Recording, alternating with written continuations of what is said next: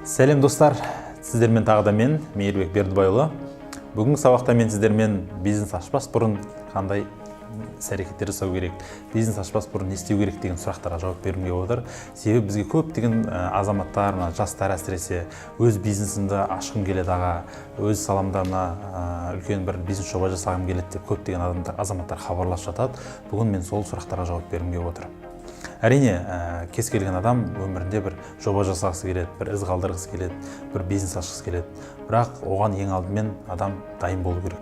Осы уақытқа дейін біз көптеген тренингтер өткіздік. Бизнес туралы маркетингті үйреттік, адамдарға қаржы жағын үйреттік, әртүрлі нейромаркетингке қатысты бизнесті қалай ашу керек үйреттік. Бірақ көбісі азаматтар ойлайды, мен қазір бизнес ашсам барлығы ары қарай керемет болып кетеді, өзімен өз бизнес дамиды деп ойлайды. Ең қиыны ол бизнесті дамыту, бизнес ашу ол ең оңайы. Сондықтан біз бизнес ашпас бұрын кез келген барлығымыз өзімізге сұрақ қоюымыз керек. Мен бизнес ашуға дайынмын ба, әлде дайын емеспін бе? Ең бір көп себептердің бірі азаматтарына бизнес ашқанда көрсететін маған қаражат жетіспейді дейді. Әрине, қаражаттың рөлі бар, бірақ менің ойымша қаражат ол 4-ші немесе 5-ші орында деп есептеймін. Себебі тәжірибесі жоқ, өмірде әртүрлі салада жұмыс істеп көрмеген азаматқа немесе бизнес істеп көрмеген азаматқа ақша беру ол өте қауіпті. Себебі ол ақшаны дұрыс жұмсамайды, және ол ең бірінші алғашқы бизнесіне адамдар көбінесе қарыз қалады, кредит алады, немесе туыстарынан сұрап алады. Соны бекерге дұрыс емес жұмсап, соңында банкротқа ұшырап, кәдімгідей айтқан кезде депрессияға ұшырап жатады. Сондықтан мен сіздерге ондай жағдай тілемеймін. Оның екінші жолы бар. Бизнес ашпас бұрын ең бірінші сіздер өздеріңізді дамытқандарыңыз дұрыс. Ол қай салада дамыту керек деп ойлайсыз ғой? Мен мына жастарға айтатын айналайын, бірінші бизнес ашпас бұрын бір кішігірім болсын компанияға барып, бір жұмыс істеп көрші, 2 жыл тәжірибе жина. Оқуды бітіре салып, оқу кезінде бизнес ашуға ұмтылма әлі. Сен бірінші тәжірибе жина. Сол тәжірибе барысында, сен жұмыс істеу барысында, сен көп нәрсені түсінесің. Қай салада сұраныс бар, қай сала жұмыс істеу керек. Мысалы айталық, сіз көлік сату саласында, немесе бір зат, телевизор, технология, телефон сату саласында мысалы үлкен компания ашқыңыз келді, бизнес жасағыңыз келді. Бірақ сіз содан алдын ең бірінші сондай нарықтағы компанияларды зерттеп, соларды көріңіз. Кім осы салада лидер, кім осы салада нөмір бірінші болып жүр. Сол компанияға мүмкіндігінше жұмысқа тұруға тырысыңыз. 2 жыл сол компанияда тәжірибе жинаңыз, үйреніңіз. Содан кейін барып, сіз ертең бизнес ашқан кезде, сіз көптеген қиындықтардың алдын ала түсінесіз қалай жеңу керек екенін.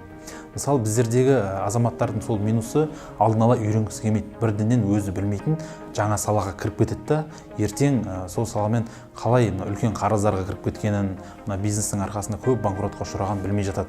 Себебі ең алдымен сол сала жайлы ақпарат жинамаған, ол саланы зерттемеген. Және көбісі ойлайды, бірденнен қазір бизнес ашсам ақша келе бастайды деп. Өкінішке орай олай емес. Сіз бизнес ашқаннан кейін кемінде 6 ай ақшасыз табыс таба алмай жүруге дайын болыңыз. Егер сіз дайын болсаңыз, ондай ақшаңыз, қаражатыңыз болса, онда әрине, онда тәуекелге барып көріңіз. Бірақ мен оны сізге кеңес бермеймін.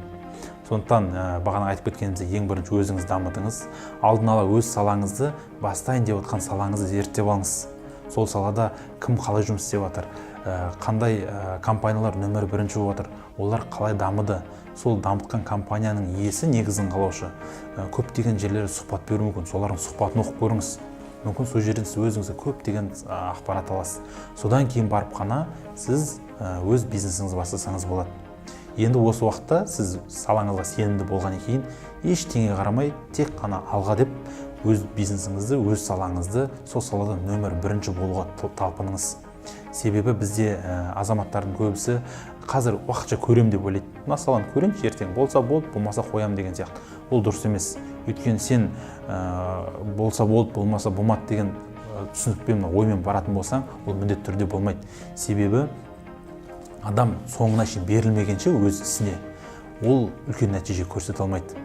Сондықтан біз өзіміздің Verus Академия аясында әртүрлі тренингтер өткізіп жатырмыз. Алдын мысалы бизнес жайлы көп өткізетін болса, қазір адамды өзін дамыту жайлы көп өткізіп жатырмыз. Оның да себебі бағана айтқандай, ең бірінші адам өзін дамыту керек. Бизнес сізді дамытпайды, бизнес сіз дамытасыз. Ал бізде керісінше ойлайды адамдар, қазір бизнесім дамысын, ақша келе бастасын, содан кейін мен жақсы киінем, өзіме тренингтерге бара бастаймын, қыдырам, үйтем деп. ең бірінші сіз өзіңіз дамытыңыз, бірінші тренингтерге барыңыз, содан кейін барып қана сіздің бизнесіңіз дамиды. Сондықтан егер сізге қызық болатын болса, біздің әртүрлі қымбат емес курстарымыз, тренингтеріміз бар. Олардың қатарында онлайн марафон, одан кейінгісі әртүрлі маркетинг, әлеуметтік желіні дамыту бойынша тренингтер бар, қазақша СММ деген, соларды көрсеңіздер болады. Және біздің мастер деген курсымыз бар, ол 1,5 айлық өз салаңда нөмір 1 болуды үйретеді.